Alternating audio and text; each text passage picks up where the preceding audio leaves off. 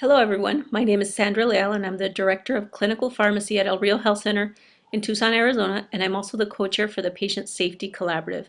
Today we're trying a new format to try to be able to share information about various topics and hopefully have them archived so that you can access them in the future.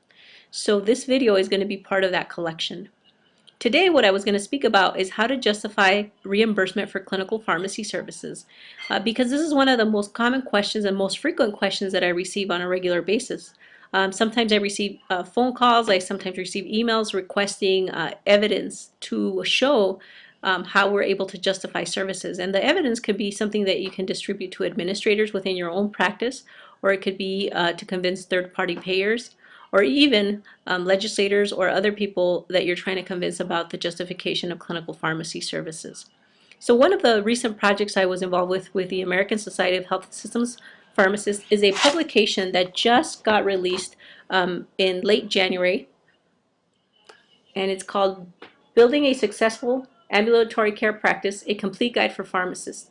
Now the really nice thing about this book is that it has various chapters for anybody who's interested in building and actually justifying clinical pharmacy services. So this book has different things for the people that are barely getting started to those people that have been in practice for a while and are trying to figure out ways to reimburse for new services that they might be adding to their interventions.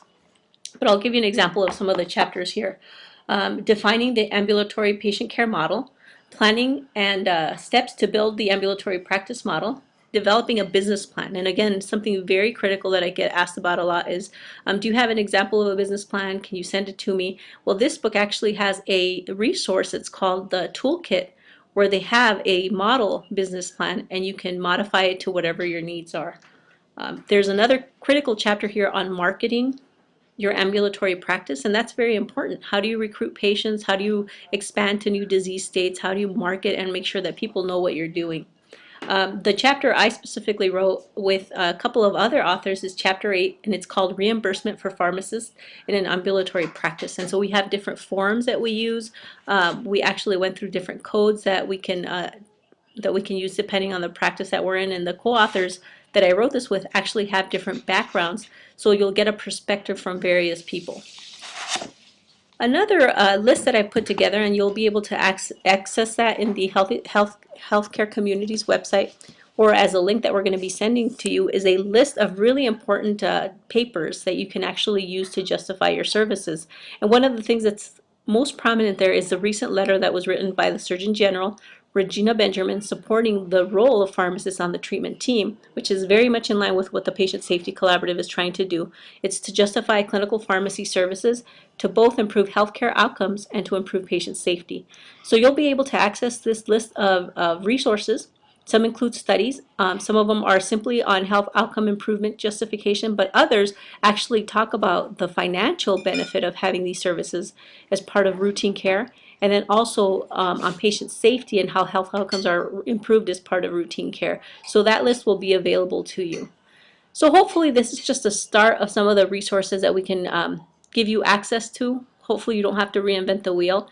And one of the nice things is if you have something that you want to include as part of that list, please let us know. You can email us, you can send it to us.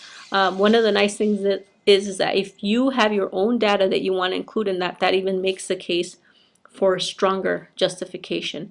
And I know one of the things that I want to share with you that's really important is a national performance story. That's something that's already available there that talks about the results of the Patient Safety Collaborative from last year. There's evidence there from various teams, multiple disease states, multiple people that were impacted on a very positive basis. So hopefully you can share that performance story also as part of the resources that are available to you. Well, with that, I thank you for watching this video, and we'll take your questions or the polling exercises as we proceed with the call. Thank you very much and have a good day.